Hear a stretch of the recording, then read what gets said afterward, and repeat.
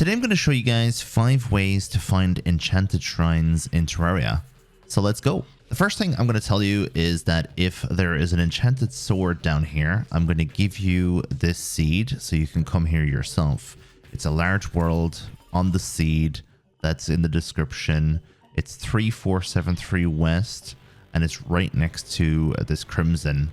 And I'm not 100% sure if you're guaranteed the sword to be here if I get one, but you can come here and check at least. So in order to find enchanted shrines on your map, you want to go away from your spawn forest biome and move over to the forest biomes on the outer sides of the map.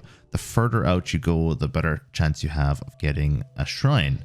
And we pretty much have found a shrine right here on the second area of forest biome, but this is a large world. So in large worlds, you have higher chances of getting enchanted shrines. In other words, there's more enchanted shrines in large worlds. So we're going to start off with an early game version of this, and that is when you only have a gold bow or any basic bow, and you have some jester arrows. So this is the most basic way to try and find enchanted shrines across the map. And what you want to do is you want to go to the last third of an area or a map, and you want to start shooting the jester arrows on the ground pretty much, and use the little sparks to see if you can find exactly what I'm about to show you, and that is this thing. If you can find just a 1 block wide shoot going down, then you know you found an enchanted shrine. Now, obviously I found this before recording. What you're going to do is you're just going to keep running across until you find an enchanted shrine using these sparks. And you're going to probably have to put yourself in the little corner here to get the maximum from these sparks, because they're not as good as the next thing that I'm going to show you. Next one I'm going to show you is the Starfury. So let's just say you already have the Starfury in your playthrough and you don't want to have to use your jester arrows and your golden bow. Then that means you're going to use the Starfury. Now the Starfury isn't very good at showing you what's underneath the ground, as you can see.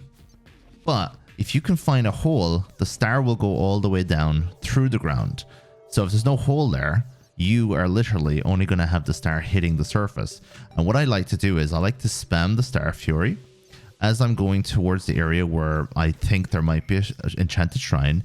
And if I am looking around and all of a sudden this happens, that means I have found an enchanted shrine. So you probably should keep your cursor a little bit further down than I have been as well.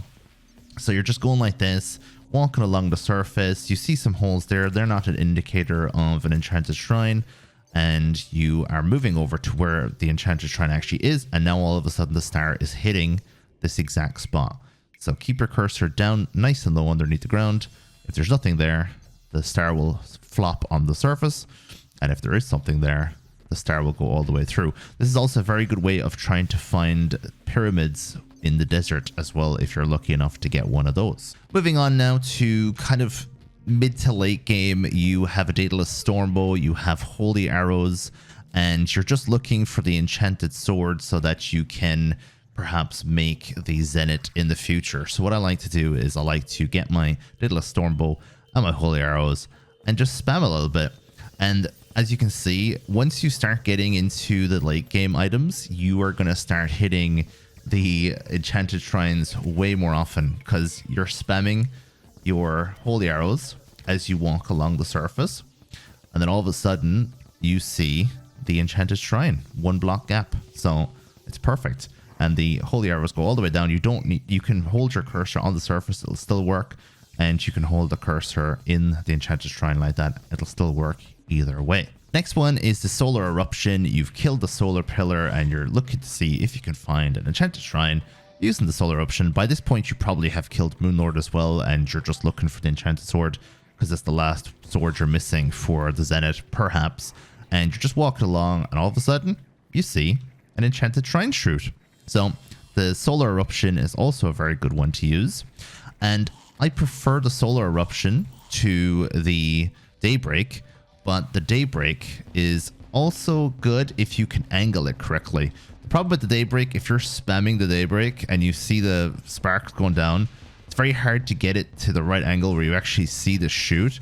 So it is possible if you're a Daybreak user, but unfortunately, it's not as effective as that. Look how effective that is compared to this. The next one I'm going to show you is using a light pet. And if you go into your light pet equipment and you have Wisp in a bottle, you can click to activate the Wisp in a bottle and hold the S key to get the Wisp to move down underneath the ground, and then you move across the ground and look for the shoot. So as you can see, I can see the shoot here, and if you're just walking along, you'll be able to see just underneath the surface, and it is one of the best ways to find enchanted shrines. I'm going to do some honorable mentions here real quick, and one of those is the ice bow. If you use the ice bow, you can also find enchanted shrines. It's kind of one of the best ways to find them, to be honest, but the chances of you shooting the ice bow at the ground is slim. So this is only if you're actually actively looking for the enchanted shrine. And also, if you're using any of the other bows that change your arrows into special arrows, you could probably use that. I haven't tested them all, but you can test them if you want to science it out for yourself. So another little trick that you can do, and this one is very cheeky, so most people won't do it, is you go to your settings, go to video settings, and change your lighting. Now, if you change your lighting to retro, you can kind of see a little bit more underneath the ground than you can with color or white.